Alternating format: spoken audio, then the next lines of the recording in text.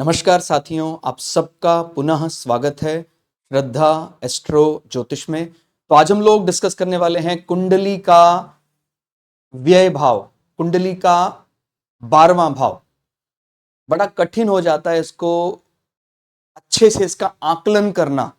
अब कई लोग इसको कहते हैं क्योंकि ये त्रिक भाव है तो फिर तो ये अशुभ ही होगा, लेकिन कुछ विषयों में, सभी में नहीं, कुछ विषयों में संसार के कुछ पार्ट को लेकर यदि कोई व्यक्ति हमें ऐसा लगता है थोड़ा सा असहज है, वो उसके पारलौकिक विषयों के लिए कई दफा अच्छा माना जा सकता है। जैसे धन का लोभ करीब करीब सभी की वृत्ति में है। माने धन को व्यक्ति अपने पास युग युगांतरों तक, ऐसा नहीं कि कलिकाल में ही है, पहले भी धन का लोभ रहता ही था।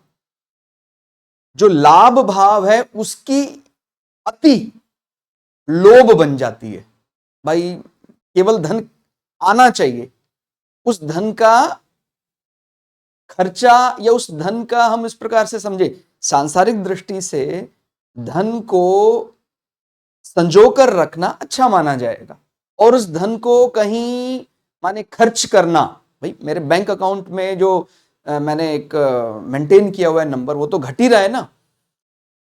किसी किसी व्यक्ति में ही ये मादा होता है कि वो अपने कमाए हुए धन को बड़ी बुद्धि के साथ, अपनी स्वीकार बुद्धि के साथ उसको कहीं डोनेट कर सकता है।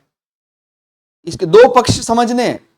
उस धन को जब व्यक्ति अपने लिए खर्च करेगा तो वो अपव्यय कहला देगा। लेकिन यदि वो कहीं एक, क्योंकि ये गुरु आश्रम के प्रति भी हमारा ग्रेटिट्यूड, क्योंकि ये गुरु के घर को भी देखा जाता है, यानी 9th हाउस हमारा गुरु है, हमारे पितर पूर्वज 1 2 3 4।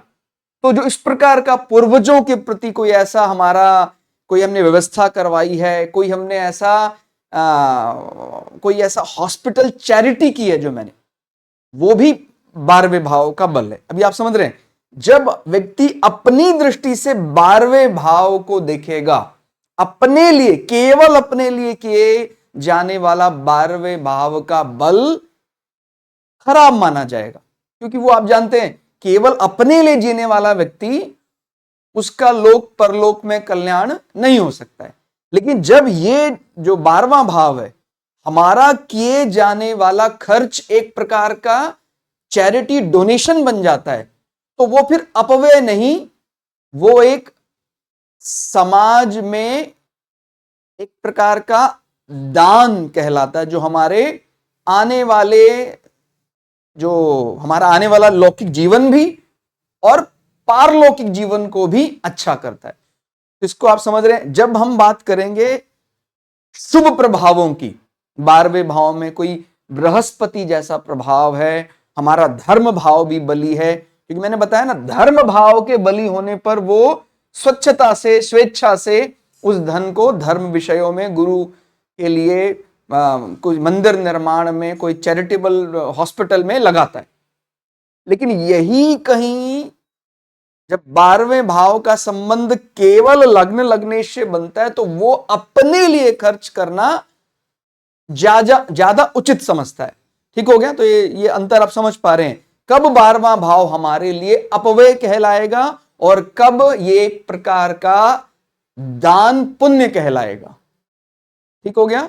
और भी कई विषय हैं। 12वें भाव हमारा फाइनल मोक्षा माना जाता है। ठीक हो गया। तो बहुत कठिन है सांसारिक विषयों के लिए। जैसे अभी किसी की उम्र अभी 25-26 वर्ष की, अभी नया नया विवाह हुआ है, तो जो उसको शॉपिंग का आनंद, फिर कई लोग क्या होते हैं, पैसा खर्च तो देते हैं, उसके बाद 2 महीने तक परेशान रहते हैं, यार मैंने क्यों खर्च कर दिया।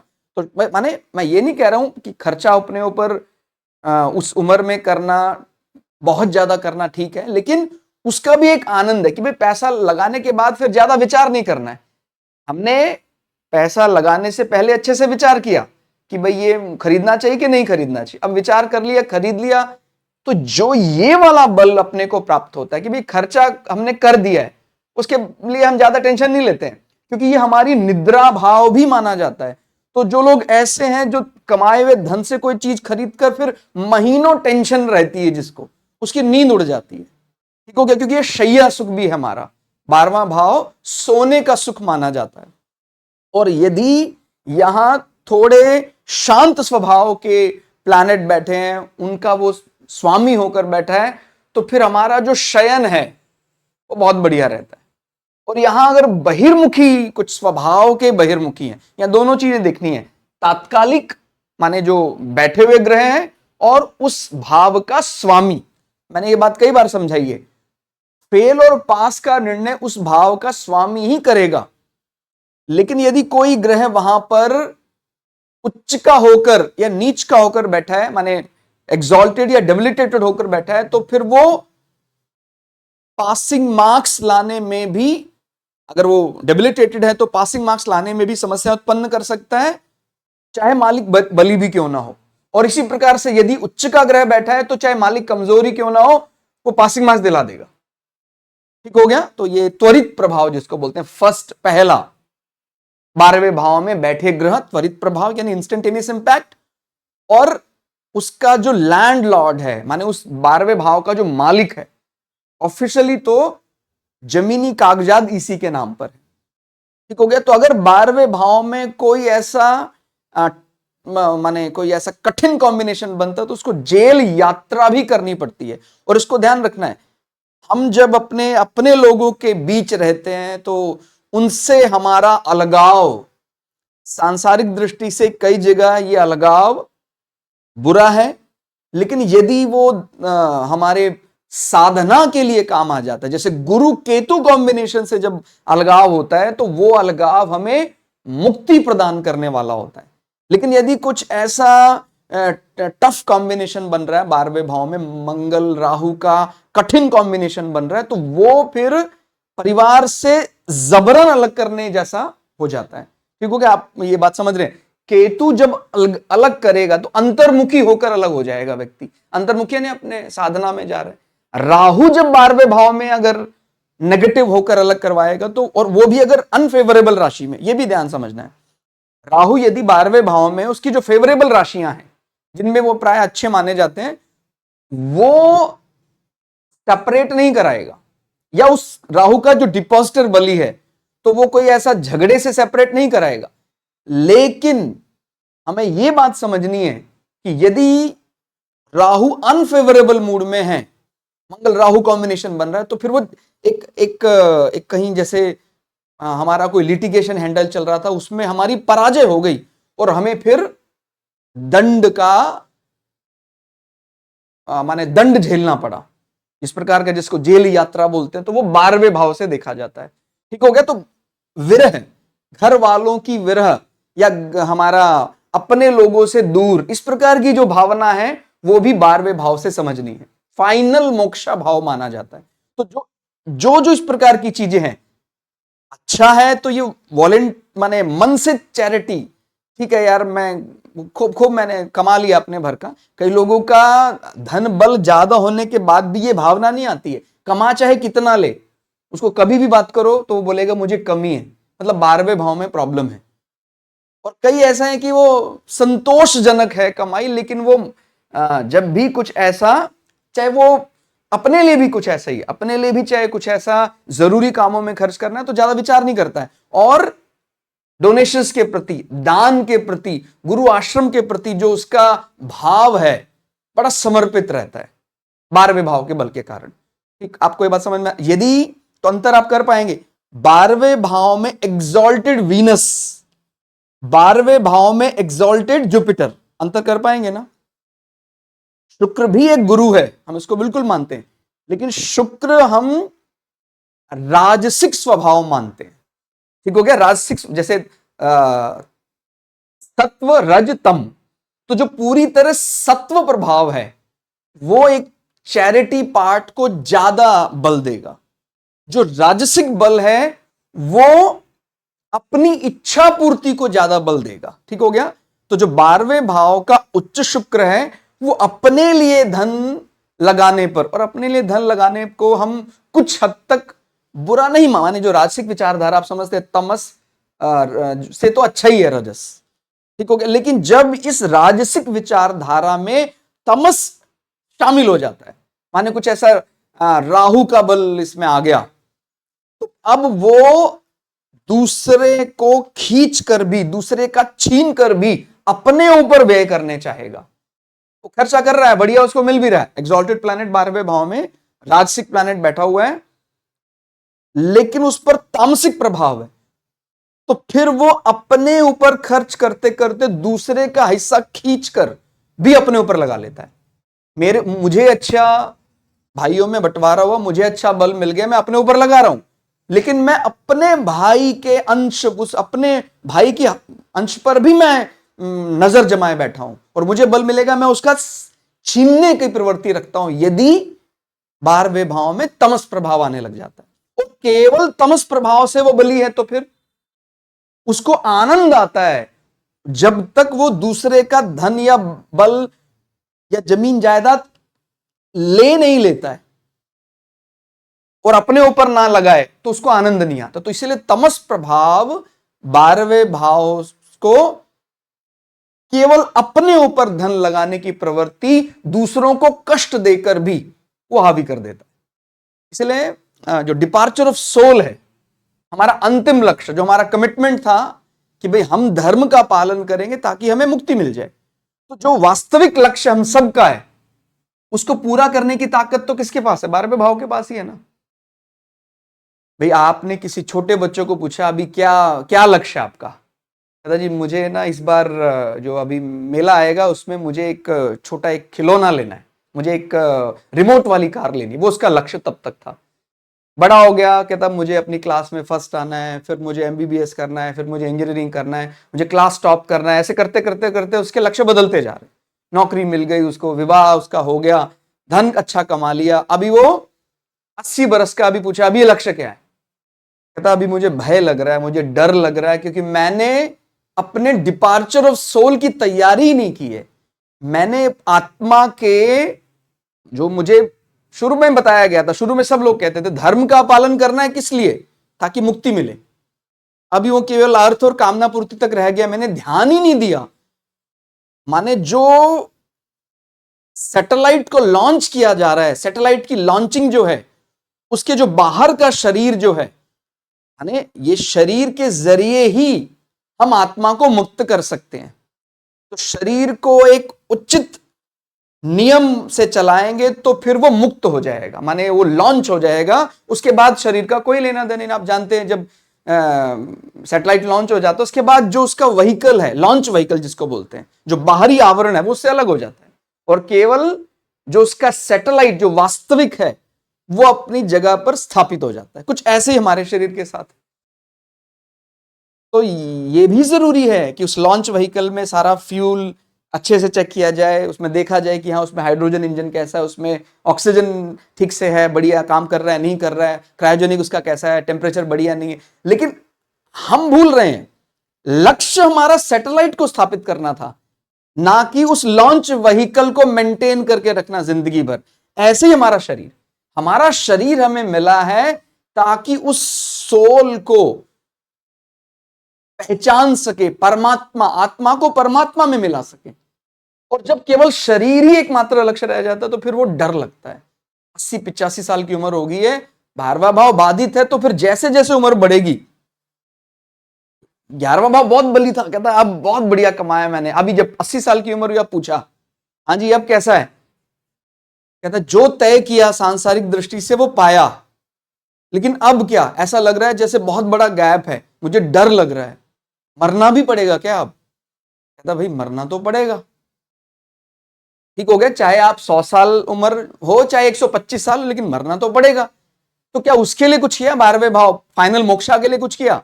उसके लिए कुछ नहीं किया, ठीक हो गया। तो ये हर प्रकार से हमारी, चाहे निद्रा से रिलेट किया जाए, हमारे बंधन को काटने वाला भाव है 12वां भाव, ठीक हो गया। तो जो इसको राजसिक प्रयोग में इन्वॉल्व करता है तो वो भी एक प्रकार का बंधन काटना है, लेकिन आपको पता है कि हम सत्व के जरिए हम प्राप्त कर सकते हैं मुक्ति को, सरल मार्ग है। रासिक में फिर अपने ऊपर लगाना, यानी अपने लिए शॉपिंग करना, वो भी हालांकि एक बल, मैंने बोला ना बल है, वो अपने धन को इतनी जल्दी कोई लगाना नहीं चाहता है। ठीक हो गया कि कहीं ऐसा लगा दिया। और मैंने बताया जब वो उसको केवल प्रथम भाव की दृष्टि से लगा रहा है, ठीक हो गया, 12वें का प्रथम के इस प्रकार, तो वो धन को अपने ऊपर ही लगाएगा केवल। और यही अगर 12वें भाव का एग्जॉल्टेड वीनस जैसे है और उसका जो डिपॉजिटर है वीनस का यानी बृहस्पति, वो धर्म भाव के साथ संबंध बना लेता है, तो वो शॉपिंग भी अपने गृहस्थ जीवन में बढ़िया आनंद से करेगा और उसका डिपार्चर ऑफ सोल भी अच्छा होगा। कारण उसको दिशा निर्देश देने वाला शुक्र का जो डिपॉजिटर है गुरु, वो धर्म भाव में बैठा हुआ है, इसलिए उस धन को केवल अपने लिए खर्च करना नहीं माने जाएंगे। ठीक है, तो ये अभ्यास से धीरे धीरे अभ्यास करेंगे, समझेंगे व्यय भाव को। जैसे कल परसों ही हमने कुछ बात की थी, तो उन्होंने बृहद पराशर होरा शास्त्रा के कुछ सूत्रों की बात की, वो सूत्र ऐसा बोल रहे हैं, तो मैं क्या एग्जैक्टली वैसा हूं, मतलब अच्छे के लिए भी बोल रहा हूं मैं, यही बात बुरे के लिए भी बोल रहा हूं। कोई श्लोक को जिस समय जो आदर्श स्थिति में लिखा गया, अब आप आज के समय पर जब उसको अप्लाई करेंगे तो बड़ा विवेक से उसको समझना। इसी को बोलते हैं ना देश काल पात्र। चाहे आप बृहद जातक पढ़ रहे हैं, मानसागरी पढ़ रहे हैं, फल दीपिका पढ़ रहे हैं, बृहद पराशर होरा शास्त्र पढ़ रहे हैं, भाई ये ऐसा जातक पापी होगा, पाप कर्म में लिप्त होगा, या स्मगलिंग का व्यापार करेगा, तस्कर होगा। अब ये वाक्य सुनकर कोई व्यक्ति बेचारा स्तब्ध हो गया, उसको शॉक लगा, ये क्या लिखा हुआ है, मेरा प्लैनेट तो वैसे ही बैठा हुआ है। इसलिए तो बोलते हैं ना भगवत गीता का सहारा लेंगे तो ही भगवान अपने को सत्य बताएगा, हम एलिजिबल हो जाएंगे ना उस चीज के, तभी तो हमें समझ में आएगा। अभी वो सुना डर गया। देखो जब कुछ कृत्य, कुछ कर्म कई दफा, मतलब मैं इसका पक्षधर नहीं हूं, लेकिन कई दफा यदि वो कोई ऐसा राष्ट्र के हित में, यदि उस, जैसे अभी अब आपने देखा था जब हमारा वॉर, मतलब हम तो इन्वॉल्व नहीं थे, लेकिन जब वॉर चल रहा था तो इंडिया क्या कर रहा था, ऑयल किसी, मैं अभी नाम नहीं ले रहा हूं बट आप समझ जाएंगे, ऑयल लेकर के दूसरे देश से, और फिर उस ऑयल को फिर कुछ दूसरे देशों को बेच रहा है। मैं मतलब इतना ही समझाना चाह रहा हूं, कई दफा राष्ट्र हित में कुछ निर्णय ऐसे लेने पड़ते हैं, कोई बुराई नहीं है। ऐसे ही मान लीजिए आप यदि राष्ट्र हित में किसी गलत, मतलब सामने वाला व्यक्ति जो है वो अपने आप को सही मान रहा है, लेकिन हम जानते हैं कि वो हमारे राष्ट्र के लिए ठीक नहीं है, तो उसका जो भी वस्तु है उस वस्तु का लाभ समाज के लिए इस प्रकार से किया जा रहा है, तो वो अच्छा है। यानी कुछ कार्य गुपचुप तरीके से राष्ट्रहित में डिप्लोमैट भी करते हैं। ठीक हो गया, तो वो उस परिप्रेक्ष्य में जो ये शब्द आया है कि वो व्यक्ति पापी है, वो व्यक्ति वस्तुओं का तस्करी करेगा, यानी गुप्त रूप से यहां लाया और उस व्यक्ति को वस्तु को वहां दे दिया, तो ये उसका एक पॉजिटिव एस्पेक्ट भी, मैं फिर ये कर रहा हूं लिमिट, इस चीज को बढ़ावा नहीं देना है, लेकिन हमें धर्म को अच्छे से समझना होगा कि धर्म की परिभाषा क्या है। ठीक हो गया। अभी अश्वत्थामा मारा गया, अगर अश्वत्थामा मारा गया और धर्म को जिताने के लिए सामने वाला अधर्मी व्यक्ति है, वो तो कोई नियम कायदा कानून मानता नहीं है। अगर हमने, क्योंकि धर्म या सत्य जबान पर नहीं होता है, ठीक हो गया, बोलता सत्य, मैंने सत्य बोलता हूं मैं, धर्म को जिताने के लिए आपने अगर आज असत्य बोला है तो वो सत्य समान माना जाएगा, क्योंकि वो थॉट है, एक प्रकार विचार है वो सत्य। ठीक हो गया, क्योंकि हम तो भगवत गीता को मानते हैं और भगवान कृष्ण के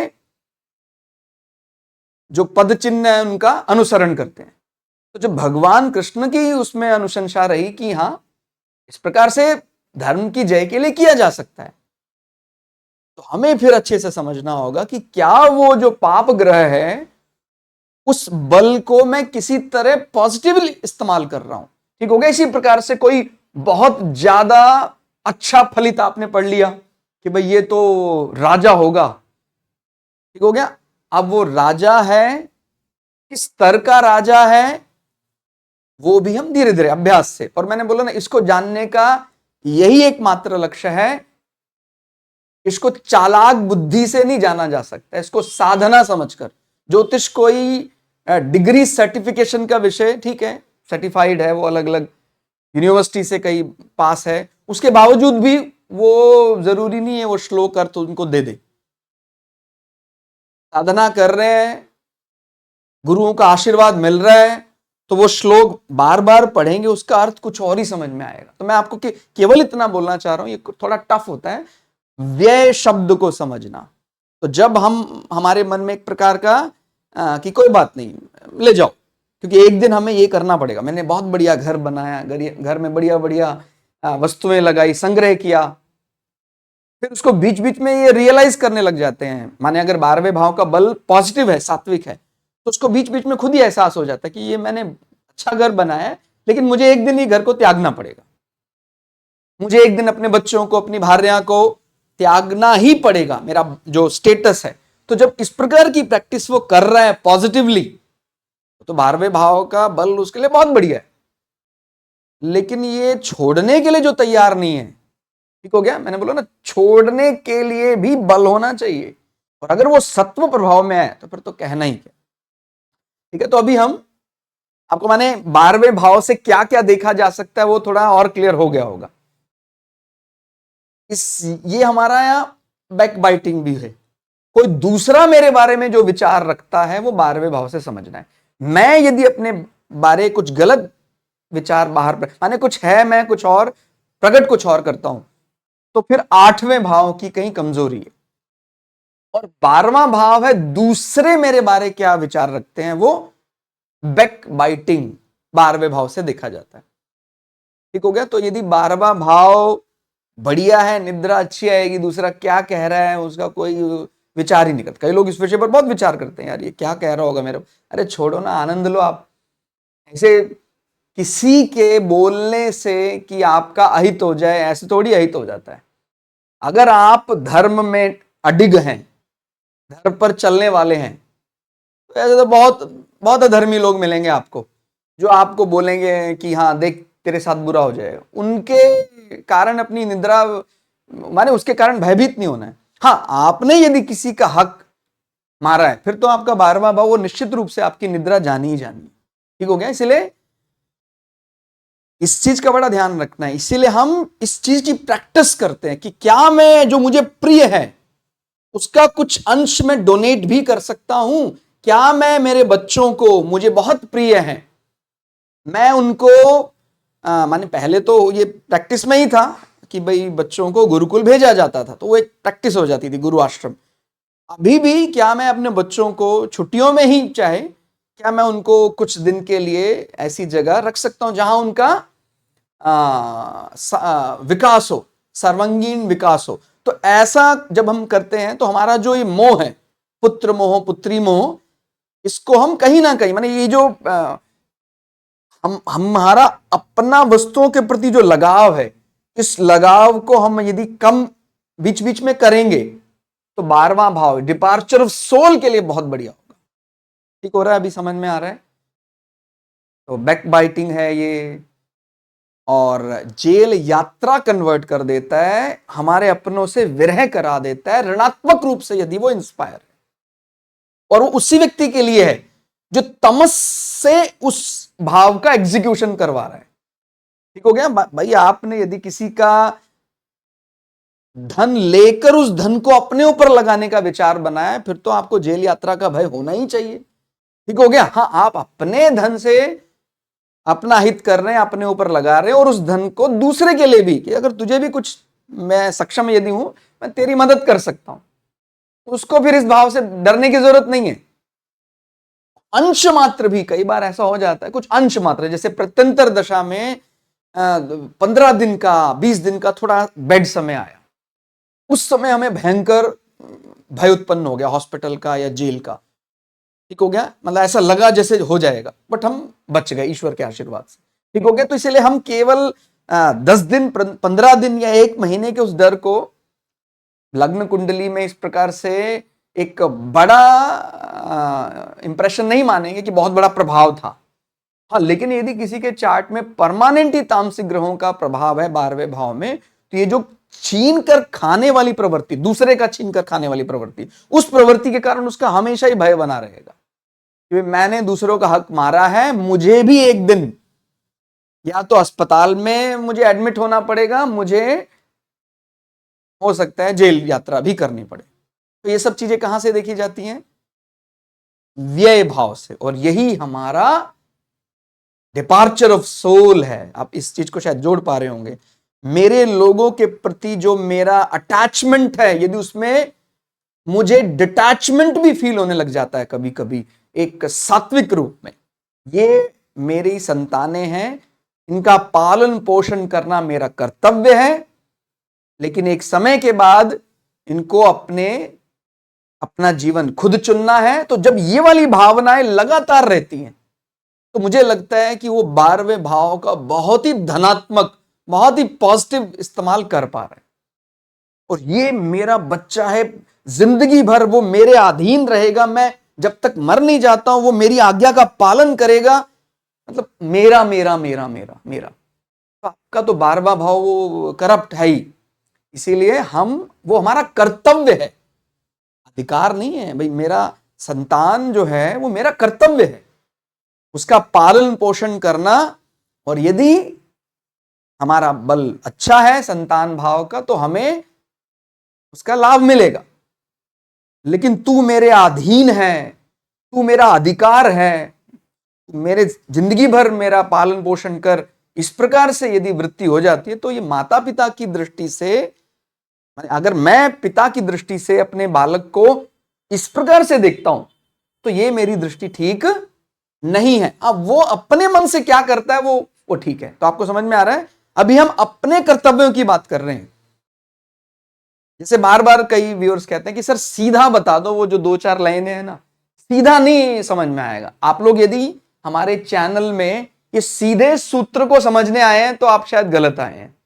बहुत ऐसे चैनल मिलेंगे जहां आपको सीधा सूत्र हटा दिया जाएगा, क्रैम कर लीजिए आप, इसीलिए तो समस्या होती है। ठीक हो गया। कई व्यूअर्स ने कहा कि सर सीधा बता दो ना, ये जो दर्शन शास्त्र का इतना बड़ा लेक्चर देने की आवश्यकता क्या थी? वही दिक्कत है हमारी। सीधा पढ़ते हुए शायद 10 साल हो चुके हैं और शायद 50 किताबें पढ़ चुके हैं, फलित करने बैठते हैं तो कुछ भी सीधा नहीं निकलता है। ठीक हो गया ना? तो ये साइंस का फॉर्मूला इस प्रकार से नहीं है। इसको आपको 12वें भाव, जैसे मैंने बोला सत्व रज तम, इस प्रकार से डिवाइड करके समझना है। 12वां भाव एक मात्र बलि है, इतना कहने से काम थोड़ी चलेगा। इसलिए आपको यदि बहुत इजी शॉर्टकट में समझना है, तो शॉर्टकट एस्ट्रोलॉजी में नहीं होता है। ठीक हो गया? सीधी बात है।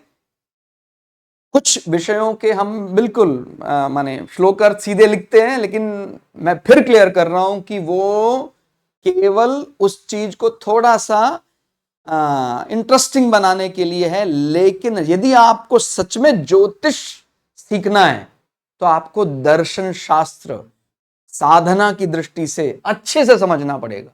क्या सत्व, क्या रज, क्या तम, क्या 12वां भाव मुक्ति है, क्या मेरी शॉपिंग का आनंद भी है, क्या मेरी शैया का सुख भी है, और क्या इसका संबंध पति पत्नी के रति सुख से भी है। ठीक हो रहा है? तो आपको यह बात भी ध्यान रखनी है। ये रति सुख को भी रिप्रेजेंट करता है 12वां भाव।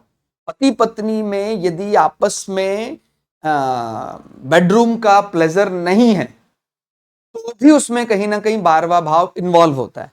ध्यान रखना है, केवल लैंगिक सुख तक अगर सीमित है, तो देखिए 7वां भाव तो पार्टनर की पर्सनालिटी, और केवल एक्सटर्नल ऑर्गन के प्लेजर 8वें भाव। लेकिन हम 12वें भाव को कहीं ना कहीं शयन कक्ष के साथ रिप्रेजेंट करते हैं। ठीक हो गया? तो ये दो अलग अलग विषय हैं। तो लैंगिक सुख हम 8वें भाव से देख रहे हैं। 12वें भाव में वो ओवरऑल जो निद्रा का सुख है, शयन कक्ष का, बेडरूम का, वो देखा जाता है। तो ठीक हो गया। तो ये भी अपने को उसी प्रकार से ध्यान रहेगा कि भाई हम अपने शयन में, हमारे मन में कोई ऐसा माने किसी को हमने जो बोला है वास्तविकता ही बोली है, तो फिर सोने में हमें ज्यादा समय नहीं लगता है और पूरी रात करवट बदलते रह रहे हैं, क्योंकि हम कुछ ना कुछ गलतियां तो हमने की है। और जो स्वीकार करने की मुद्रा में आ जाते हैं, उन पर रेमेडी, उपचार काम करता है।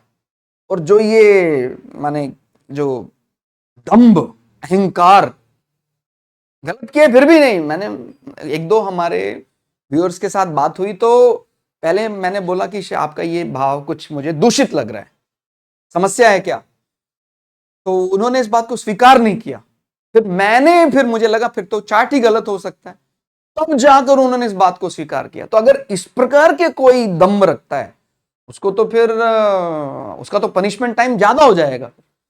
इसीलिए यदि हमसे कुछ गलती होती है तो उसको देखिए, संसार का नियम नहीं है कि खोटा सिक्का भी आप चला देंगे कहीं। संसार में तो फिर भी जब तक ना पकड़े जाए वो नकली सिक्का, नकली करेंसी चला देता है। लेकिन जब हम प्रकृति के सिद्धांत की बात करते हैं, वहां नहीं चलता है। इसलिए आप जब इस प्रकार के विषय, जब एस्ट्रोलॉजी जो एक ब्रिज का काम करता है, ज्योतिष एक लोक परलोक के बीच में, ऐसे विषय में भी दूषित मानसिकता का प्रयोग करते हैं कि यार असत्य से ही प्रिडिक्शन मिल जाए, बढ़िया है, मैं अपनी चीज को जबरन एक्टिवेट कराना चाहता हूं। तो ऐसा कोई बल नहीं है, प्रकृति सब जानती है। ठीक हो गया। सारे किए हुए मंत्र प्रयोग भी निष्फल हो जाएंगे यदि हम उस चीज को, अपनी गलती को स्वीकार करने की मुद्रा में नहीं है। और यदि हम अपनी गलती को स्वीकार कर लेते हैं तो यकीन मानिए, बहुत बड़े, कलिकाल के समय से बता रहा हूं, बहुत बड़े ऑर्गेनाइज्ड यज्ञ की आवश्यकता ही नहीं पड़ेगी। ठीक हो गया। तो क्या क्या सूत्र हैं, तो अभी आपको समझ में आया कि क्यों कई दफा उस विषय को समझाने के लिए रिलेट करना पड़ता है, अलग अलग सत्व रजतम, तब जाकर ही फलित कर पाते हैं। तो ये कोई एक लाइन नहीं है कि ग्रह उच्च है तो फल अच्छा हो गया बस। बाकी और कुछ बताया था, ये कुछ ये सब बातें, इसका पर्सनल ओपिनियन क्या होता है, ये तम्स के साथ क्या संबंध आता है, कहता जी वो तो नहीं बताया, तो अब क्या करना है फिर फलित? कहता जी एक जैसा ही करना है फिर फलित, तो फिर ये गड़बड़ हो जाएगी। यदि व्यय का स्वामी शुभ राशि में हो, ठीक है, या अपने ही भाव में हो, या उच्च का हो, या कोई शुभ राशि व्यय में हो, तो अच्छे खातों पर खर्च होगा। तो ये बात तो अपने को समझ में आ रही है। कुछ तो नेचुरल बेनिफिट प्लैनेट हैं, इसी प्रकार से कुछ राशियां शुभ मानी जाती हैं। आप जानते हैं कि जब हम अच्छे विषयों में खर्च करना चाहते हैं, जैसे शुक्र का है, उसको बहुत अच्छा लगता है पाइसेस का स्ट्रक्चर। ध्यान रखना है, पाइसेस वैसे बृहस्पति की राशि है, लेकिन जो उसका स्वरूप है मीन राशि का, वो सबसे ज्यादा प्रिय शुक्र को है। तो जब ऐसा कोई रूप बन रहा है तो व्यक्ति अपने खातों पर बहुत खर्च करता है, माने अपने ऊपर धन लगाना, अपने बैंक बैलेंस को बढ़ाने के लिए पॉजिटिव इन्वेस्टमेंट करना। जो पैसा लगाया जाता है कहीं, वो भी तो हमारा व्यय होता है। मैंने पैसा लगाया, लेकिन वो मेरे बैंक बैलेंस को वृद्धि दे देगा, और वो पैसा मैंने बहुत बड़ी डील की, उसका उल्टा मुझे अपयश मिला, धन का नुकसान हो गया, इसका माने 12वें भाव का स्वामी 12वां भाव कहीं कमजोर आ रहा है। तो आपकी समझ में, अपने खातों पर अच्छा धन खर्च करेगा। कई तो अगेन मैं इस बात को क्लियर कर रहा हूं, सबका अलग अलग जीवन है, फिर भी मतलब कृपणता तो बहुत बड़ा दोष है। कृपण जो धूर्त मनुष्य है प्रभु, उससे तो आप ही हमारी रक्षा करना। अब किसी के पास धन है ही नहीं, धन बिल्कुल कमा नहीं पाया है, वो जब धन है नहीं तो वो धन कहां अलग अलग विषयों में खर्च कर सकता है। लेकिन जिसके पास बहुत धन है, उसके बाद भी वो एक धन का ढेला भी कहीं लगाने से उसके मन में भय उत्पन्न हो जाता है। तो ऐसे व्यक्तियों से तो भगवान आप ही हमारी रक्षा करना। ठीक हो गया, उसके डिपार्चर ऑफ सोल में बहुत कठिनाई आने वाली है, क्योंकि उसके मन में अंत समय तक यही विचार चलेगा, भाई मैंने इतना धन कमाया, अब क्या होगा। मेहनत से ही सब लोग धन कमाते हैं, केवल आपने माने जो व्यक्ति इस प्रकार की प्रवृत्ति वाला है उसका डिपार्चर ऑफ सोल वो खुद ही बाधित कर लेता है। इसीलिए ये वृत्ति भी कभी कभी आनी चाहिए।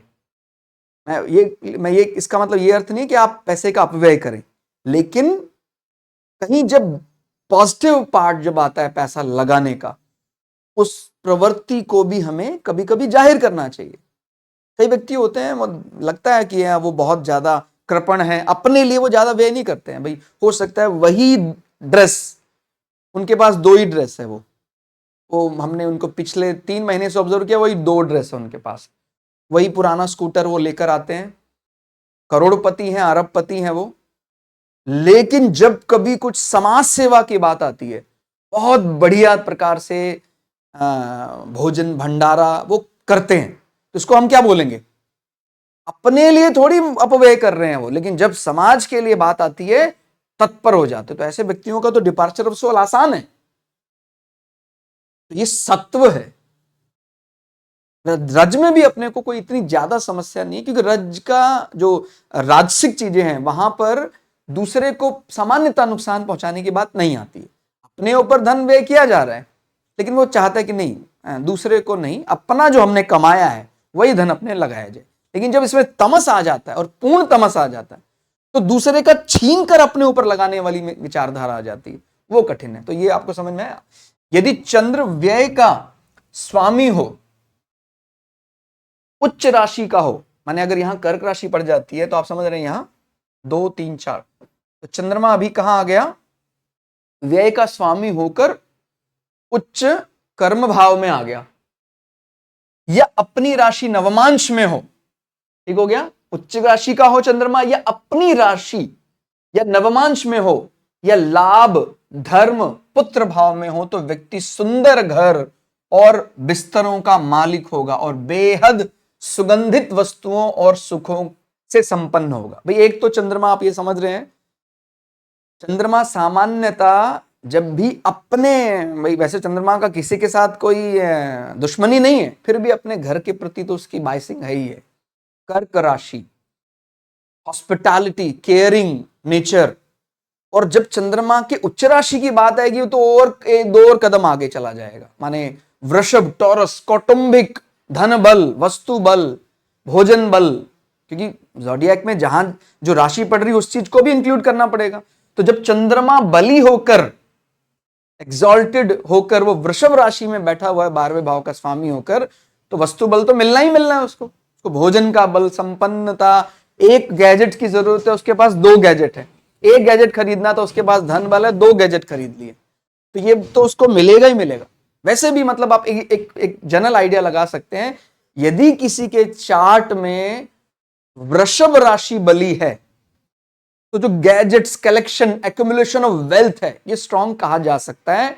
हां, उस पर्टिकुलर चार्ट का दूसरा भाव यदि कमजोर होगा, तो गैजेट लेने के बाद भी वो अपने ऊपर उपयोग नहीं कर पाएगा, सोसाइटी से इंप्रेशन, क्योंकि लग्न से देखा जाता है, तो लग्न से दूसरा भाव यदि कमजोर हो गया तो एक्यूमुलेशन ऑफ वेल्थ कमजोर हो जाएगा। और उसी धन को, उसी गैजेट्स को हमने जो खरीदे हैं, हमें लगता है उपयोग नहीं है, सहजता से डोनेट कर देता है, यदि हमारा 12वां भाव सात्विक है। ठीक हो गया, तो आप समझ रहे हैं, वस्तु खरीदना समस्या नहीं है, संसार में आए भाई, संसार से ही संसार को समझा जा सकता है, माया को छोड़कर थोड़ी माया को जीता जा सकता है। माया को जीतना है तो माया से ही माया को जीता जाएगा, उसको समझा जाएगा पहले क्या किस प्रकार का रूप है, माने जो ये जो कर्म सिद्धांत है इसको तो मानना ही पड़ेगा। फिर इसमें भगवान ने सूत्र बताया है कि कर्म करना है, बस इसका जो फल है वो अपने लिए ना लेकर प्रकृति को समर्पित कर दो, तो फिर ट्रैप से निकल जाएंगे हम। तो जब वो हम वस्तु खरीदते हैं, संसार में आए हैं, संसार को समझना है, अर्थ कामना पूर्ति भी साथ साथ करनी है, जब धर्म का पालन कर रहे हैं, तो जब हम वो खरीद रहे हैं समस्या नहीं है, उसमें अपने ऊपर लगा रहे हैं समस्या नहीं है, लेकिन जब उसको मोक्ष भाव के साथ अटैच करने का समय है तो बिल्कुल भी घबराना या डरना नहीं है।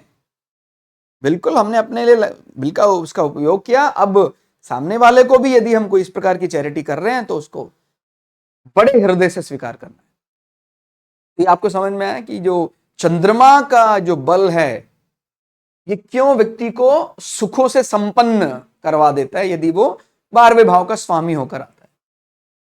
अगला सूत्र इसमें क्या कहता है, यदि व्यय का स्वामी माने 12वें का स्वामी अरि रंध भाव में है या शत्रु के नवमांश में है, नीच नवमांश में हो या नवमांश में यानी D9 चार्ट में 8th हाउस में हो, तो व्यक्ति पत्नी सुख से वंचित, खर्चों से परेशान और सामान्य सुख से वंचित होगा।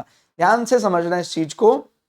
हम वैसे 6 8 12 का एक्सचेंज कुछ विषयों के लिए अच्छा मानते हैं, इसलिए शब्द इस्तेमाल किया जाता है विपरीत राजयोग। लेकिन विपरीत राजयोग राजयोग नहीं होता है, ये आप समझना है। जो राजयोग मिला है वो तो बना बनाया राजयोग है, और जहां पर नेगेटिव सर्कमस्टांसेस आने के बाद वो ट्रिगर करेगा, ऐसा लगेगा कि जैसे ये जो हमें हमें स्टेप वापस करना पड़ा, ये स्टेप वापस होने के बाद ही हम और आगे जा पाए। तो ये जो विपरीत राजयोग एक बार तो कदम पीछे हटाने पर विवश कर देता है। तो क्या कहा जा रहा है कि अगर इस प्रकार का संबंध कुछ ऐसा बनता है, शत्रु नवमांश में दिखाई देता है, तो वो कुछ हद तक पत्नी सुख को कम कर रहा है 12वें भाव के स्वामी के रूप में, खर्चों से व्यक्ति को परेशान कर सकता है, सामान्य सुख से वंचित। खास करके व्यक्ति 12वें भाव संबंधी विषयों को लेकर परेशान हो जाता है। ठीक हो गया कि भाई मैं ये जो धन है, इस धन को शायद सही दिशा में नहीं लगा पा रहा, तो इस प्रकार से समझना है। और क्योंकि ये पार्टनर से 6 गिना जाएगा, 1 2 3 4 5 6, तो पार्टनर के रोग रिपु ऋण रूप में भी इसको देखा जा सकता है 12वें भाव।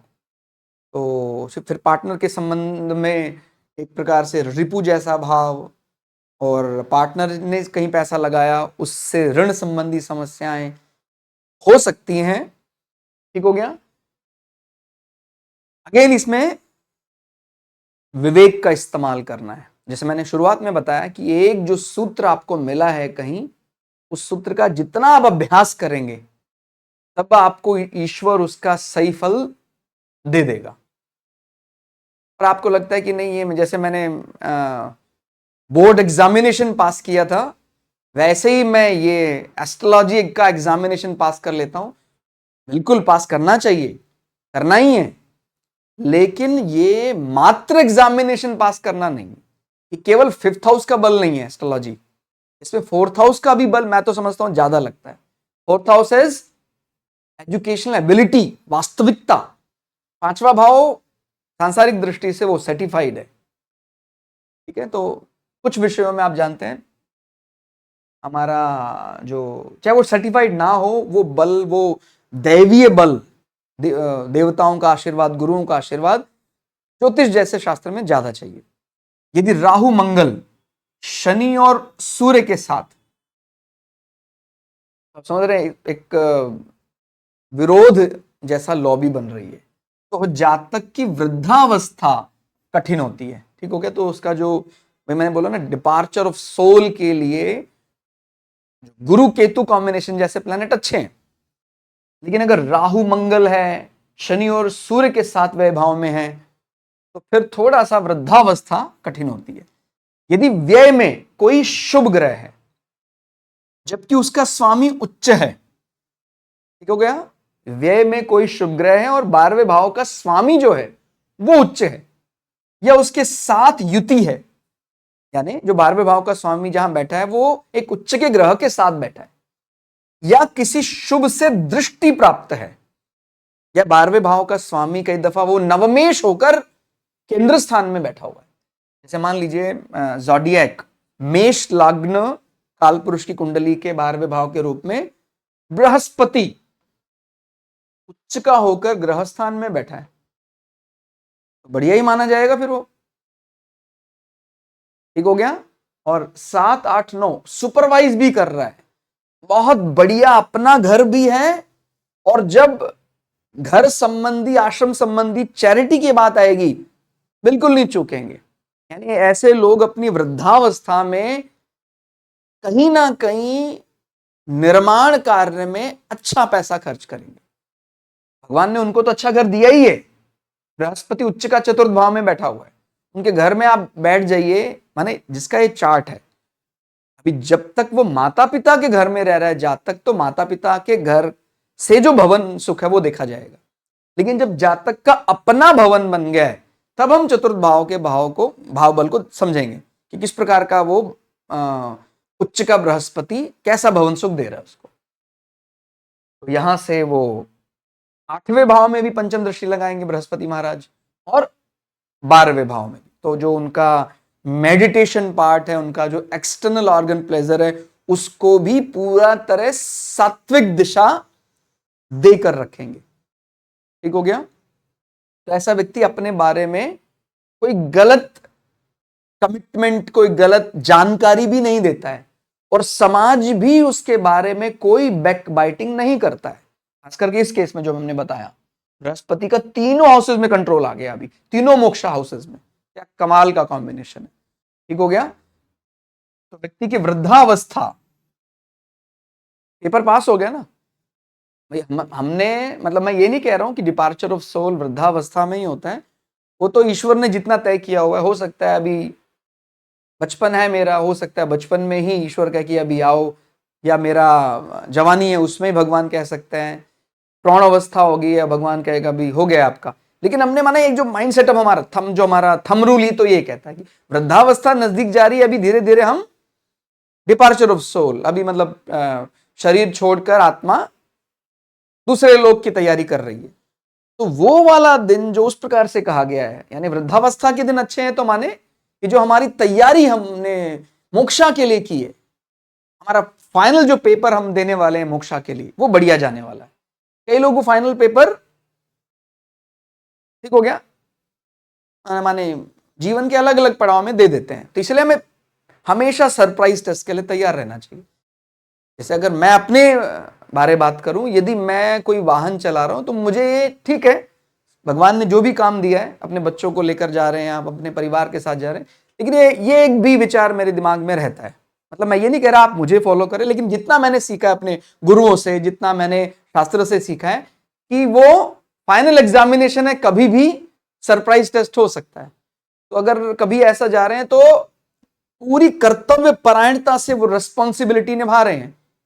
लेकिन यदि ईश्वर ने कहा बस बहुत हो गया, अब यहां से आ जाओ, तो फिर अंत समय ध्यान वहां का नहीं रखना। जितना ध्यान हमने जीवन में रखा है वो तो रख लिया है, भगवान सब करेगा। लेकिन आप जब अंत समय पर ईश्वर का ही ध्यान रखेंगे, तो फिर आप मुक्ति को प्राप्त कर लेंगे। तो इसलिए सरप्राइज टेस्ट के लिए हमेशा तैयार रहना है। लेकिन हाँ, हम ये मानते हैं कि वृद्धावस्था प्रसन्नता की जो थंब रूल है, वो मोक्ष की तैयारी वाला जो फेज है, वो बहुत बढ़िया है। तो यही वही तो है ना, अंत भला सो भला। आगे, यदि व्यय का स्वामी और व्यय भाव अशुभ ग्रहों के साथ हो, और व्यय का स्वामी अशुभ ग्रहों को दृष्टि देता हो या उनमें दृष्टि प्राप्त करता हो, तो व्यक्ति एक देश से दूसरे देश में भटकता रहेगा। अभी यहां कुछ मामले में देश काल पात्र अनुसार अच्छा माना जाने लगा है। अब इसको आप ये कह सकते हैं, जैसे पहले के समय पर आप खुद समझे, 250-300 वर्ष पहले यदि अपने कोई ग्राम को, अपने नगर को छोड़कर जाता था, तो कहता था भाई कुछ कमी है तो जाना पड़ा। लेकिन देश काल पात्र अनुसार आज 12वें भाव का बलि लग्नेश है, 12वें भाव का बलि चंद्रमा है, वो तो विदेश में सेटलमेंट कराता है, बहुत बढ़िया। तो ये, इसको आप भटकना कह लें या ये कह लें कि हाँ, उसकी जो, जहां उनका जो पूर्वजों का स्थान था, उस स्थान को छोड़कर उसको जाना पड़ेगा। ठीक हो गया। तो इसका धनात्मक पहलू और ऋणात्मक पहलू, तो आप फिर वही धोखा खा जाएंगे फिर। तो जब हम पूरी तरह आइडियल कंडीशन के अनुसार जहां जब ग्रंथ लिखा गया है उसको किसी रियल स्टेट में जब अप्लाई करते हैं तो कई दफा वो वैसा रिजल्ट नहीं दे पाता है, तो हम कहते हैं अरे तो गड़बड़ हो गया, 12वें भाव का चंद्रमा भटकता रहता है। जबकि होना क्या चाहिए था, 12वें भाव का चंद्रमा आपको इंडिया में पैदा हुए, आपके गांव से आपको यूरोप में, इंग्लैंड में उसने महारानी एलिजाबेथ के सामने हिंदुजा ब्रदर्स के साथ वाली कोठी दिला दी। तो इस प्रकार की चीजें वो कर सकता है। ठीक हो गया? तो मतलब आप समझ रहे हैं, ग्राम स्थान को तो छोड़ना ही पड़ा। तो यही फलित हम तब करते 400 साल पहले, जब तक ब्रिटिशर्स 500 साल पहले उनका कोई यहां नामो निशान नहीं था, तब तक तो हमें यहीं रहना आनंद है, सब कुछ यहीं, धन बल सब यहीं। अभी परिस्थितियां बदली हैं, कलिकाल में पश्चिम का बल बढ़ा है, तो वो फिर जो डेमोक्रेटिक सिस्टम के देवता शनि महाराज का बल कुछ कुछ वो अब लीड करने लगे हैं।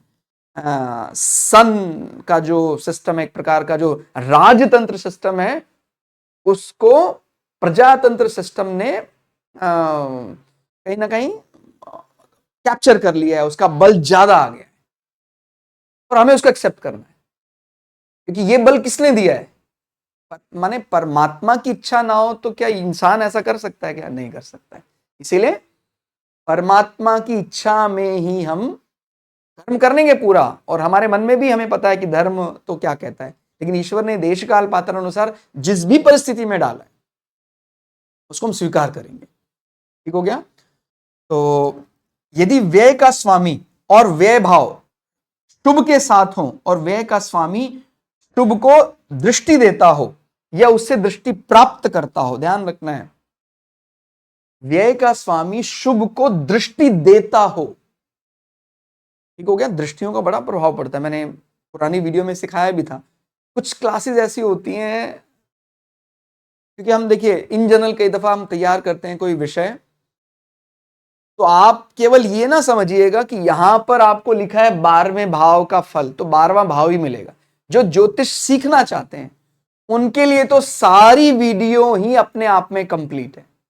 ये लोग कहते हैं ना भाई सर 11वें भाव का विषय चल रहा था, 12वां भाव क्यों आ गया? ज्योतिष आइडेंटिकल मैटर नहीं है कि भाई एक चीज चल रही है बस वही, हमें रिलेट करना ही पड़ेगा। तो इसलिए मैं आपसे यही प्रार्थना कर रहा हूं कि अगर आप 11वें के साथ 12वें को जोड़कर देख सकें, पहले के साथ 12वें को जोड़कर देख सकें, तो ही ज्यादा सीखने को मिलेगा और वो ज्यादा क्लियर हो पाएगा। ठीक हो गया? तो व्यक्ति एक माने शुभ दृष्टि प्राप्त, तो अपनी दृष्टि दूसरे पर, दूसरे से अपने को दृष्टि प्राप्त है। ये हमने पुराने वीडियो में भी इस बारे चर्चा की थी कि कैसे छठे भाव के केतु पर बृहस्पति की दृष्टि उसको उदंडता से रोक देती है, ऐसे ही 12वें भाव पर यदि राहु बैठा है उस पर बृहस्पति की दृष्टि उसको बहिर्मुखी होने से रोक देती है।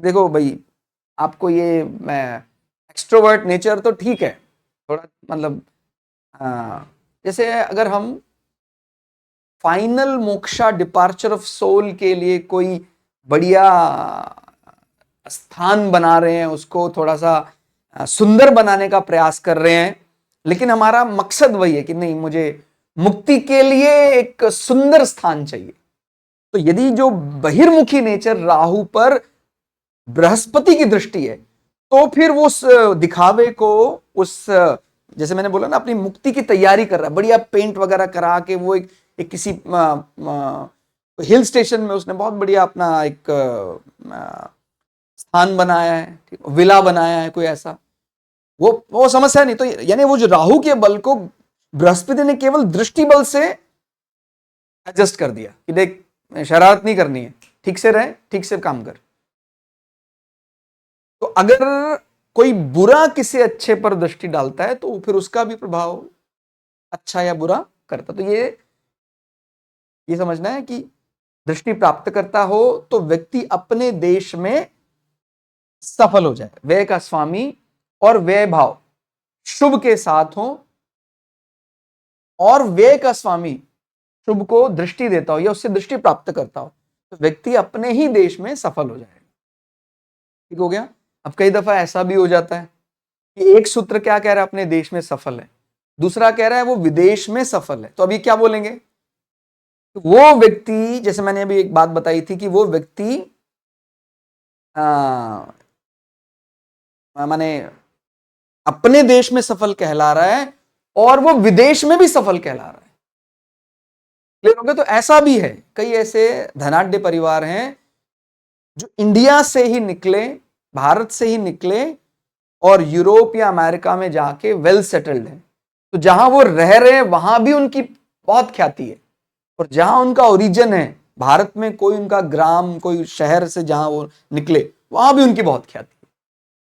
ठीक है। तो कोई अगर ऐसा सूत्र भवन भाव का, कुटुंब भाव का लगता है तो उसके लिए भी हमें तैयार रहना है। यानी ये मतलब कोई एक तरफा नहीं है कि भाई डिक्लेयर हो गया हो गया।